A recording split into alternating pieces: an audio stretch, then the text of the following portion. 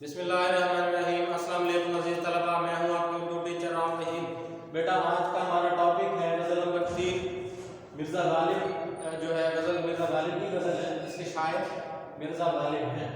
اس کی ایکسرسائز میں سے سوال نمبر 1، 2 اور 3 ہم کریں گے، اور شعر نمبر 4 اور 5 کی آج ہم تشریح کریں گے۔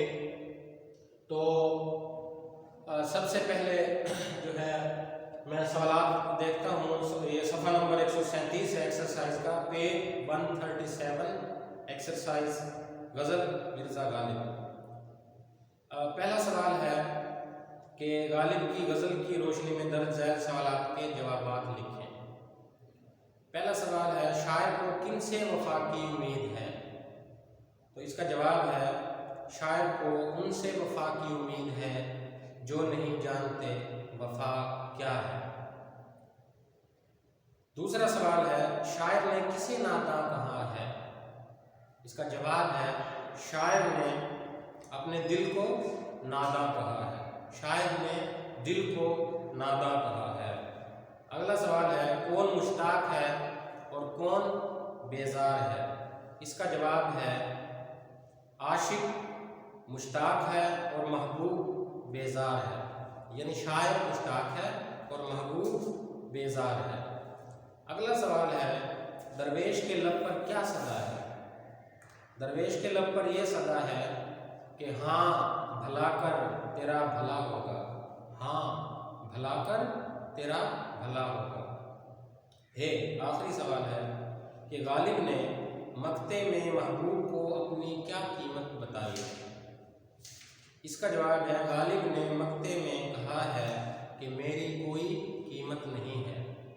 غالب نے مقطع میں کہا ہے کہ میری کوئی قیمت نہیں ہے۔ تو بیٹا یہ سوالات مکمل ہوئے جو شارٹ کویسچن تھے۔ اس کے بعد سوال نمبر 2 ہے پیج 137 پر ہی، کہ درج ذیل کے معنی لکھیں اور جملوں میں استعمال کریں۔ تو پہلے میں ان کے معنی بتاتا ہوں اور پھر ہم ان کو جملوں میں استعمال کریں گے۔ دل ناداں نا سمجھ دل، مشتاق چاہنے والا طلبگار، بیزار اکتایا ہوا، بیزار اکتایا ہوا، ماجرا واقعہ قصہ، مدعا مطلب یا مقصد، مدعا مطلب یا مقصد، اور آخری ہے صدا آواز، سواد سے ہے صدا، اس کا معنی آواز ہے، اور جو سین سے صدا ہوتا ہے اس کا معنی ہمیشہ ہوتا ہے۔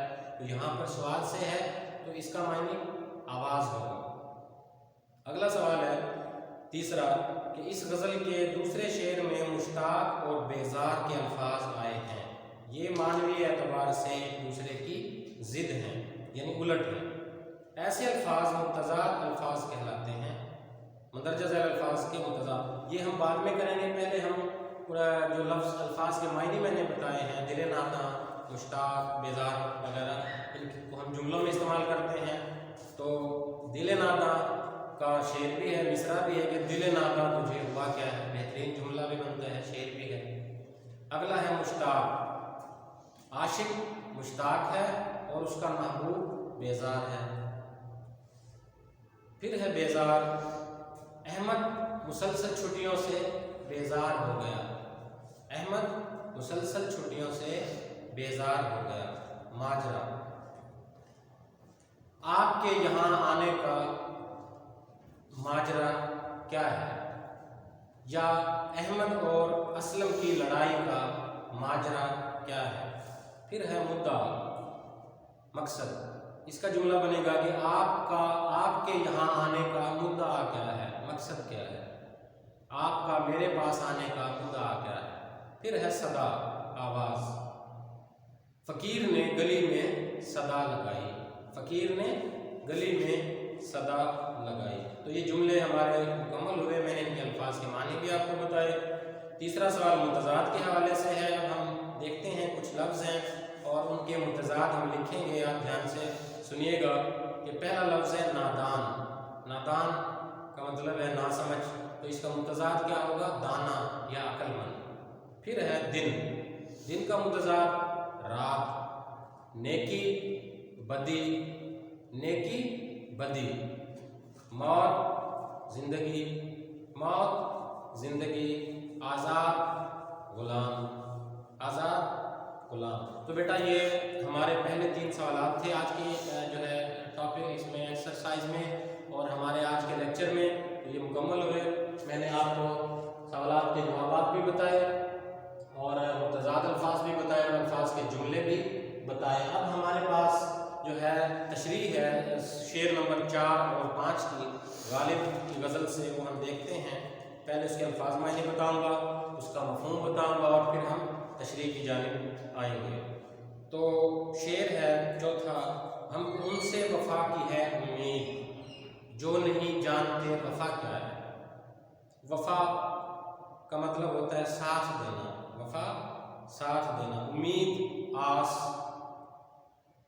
اور وفا کا خیر خواہی بھی ہوتا ہے، ساتھ دینا، ہمدردی کرنا، خیر خواہی کرنا۔ اگلا شعر ہے، ہاں بھلا کر تیرا بھلا ہوگا، بھلا بھلائی سے ہے نیکی، بھلائی اچھائی۔ درویش، فقیر، صدا، آواز۔ تو یہ الفاظ کے معنی دونوں شعروں میں سے میں نے بتا دیے۔ اب میں پہلے شعر کا مفہوم بتاؤں گا اور پھر ہم تشریح کی جانب آئیں گے کہ ہم کو ان سے وفا کی ہے امید جو نہیں جانتے وفا کیا ہے۔ تو اس شعر کا مفہوم یہ بنتا ہے کہ شاعر کہتا ہے کہ ہم ان سے امید لگا بیٹھے ہیں جن کو معلوم ہی نہیں کہ وفا کس چیز کا نام ہے۔ یہ شعر کا مفہوم ہے۔ اب ہم اس کی تشریح کریں گے۔ تشریح کا مطلب بھی یقیناً آپ جانتے ہیں کہ وضاحت کرنا ہوتا ہے کہ شاعر نے جو بات کی ہے اس کو ہم کیسے ایکسپلین کر سکتے ہیں، اس کی وضاحت کیسے کر سکتے ہیں، اس شعر کو کیسے کھولا جا سکتا ہے۔ تو یہی جو ہے تشریح کا بہترین طریقہ ہوتا ہے کہ اس کے مفہوم کو مد نظر رکھتے ہوئے ہم نے دیکھنا ہوتا ہے کہ اس میں مجموعی طور پر شاعر کا مقصد مدعا کیا ہے، وہ ہمیں کیا بتانا چاہ رہا ہے، یا اس کے شعر سے ہمیں کیا میسج کنوے ہوتا ہے۔ تو اس کی تشریح ہے کہ شاعر اپنے غم کا، دکھ کا، کرب کا اظہار کرتے ہوئے کہتا ہے، اپنی ذہنی جو ہے اضطراب کی حالت میں کہتا ہے کہ ہم کو، یعنی میں ان سے امید لگا بیٹھا، میں اس شخص سے، اپنے اس محبوب سے امید لگا بیٹھا جس کو یہ اندازہ ہی نہیں یا جس کی یہ سوچ ہی نہیں کہ وفا کس چیز کا نام ہے یا کسی سے بھلائی کس طرح سے کی جا سکتی ہے۔ یہ دنیاوی معاملہ بھی ہے کہ ہم بعض اوقات اپنی توقعات بہت زیادہ کسی شخص سے وابستہ کر لیتے ہیں، اپنے عزیز و اقارب سے، اپنے کسی دوست سے، اپنے کسی چاہنے والے سے، اپنے کسی جاننے والے سے ہم ایکسپیکٹیشنز جو ہے وہ بے پناہ اس سے جوڑ لیتے ہیں، تو اس کا ہمیں نقصان ہوتا ہے۔ تو شاعر بھی اپنی توقعات کی اس میں شعر میں بات کرتا ہے، اور اس شعر کا موضوع کیا ہے؟ امید، توقع، کہ میں ایک ایسے شخص سے امید لگا بیٹھا ہوں، ایک ایسے شخص سے توقع کر بیٹھا ہوں کہ جس شخص پر میں اپنی جان قربان کر چکا ہوں، میں اپنی جان فدا کر چکا ہوں، میں اپنے جذبات، اپنے محبت سے لبریز جو کیفیات ہیں وہ اس کے نام کر چکا ہوں۔ تو اس شخص کو پتہ ہی نہیں ان چیزوں کا کہ محبت کس چیز کا نام ہے اور وفا کیا ہوتی ہے۔ ہوتا تو یہ ہے کہ جب آپ کسی سے کوئی اچھا سلوک کرتے ہیں تو اس کے متبادل وہ شخص بھی آپ کے ساتھ اچھا سلوک کرتا ہے۔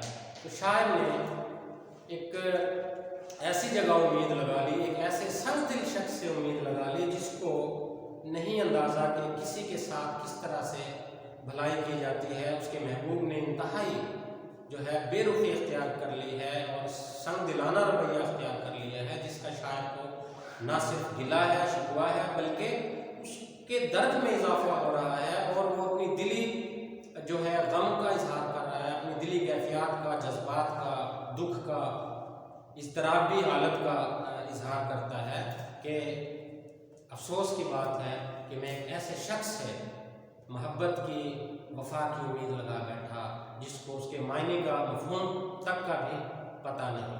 تو یہ شعر کا جو میں نے تشریح کی۔ اب آتے ہیں اگلے شعر کی طرف، ہاں بھلا کر تیرا بھلا ہوگا، اور درویش کی صدا کیا ہے۔ انتہائی آسان شعر ہے اور بڑا مزیدار شعر ہے۔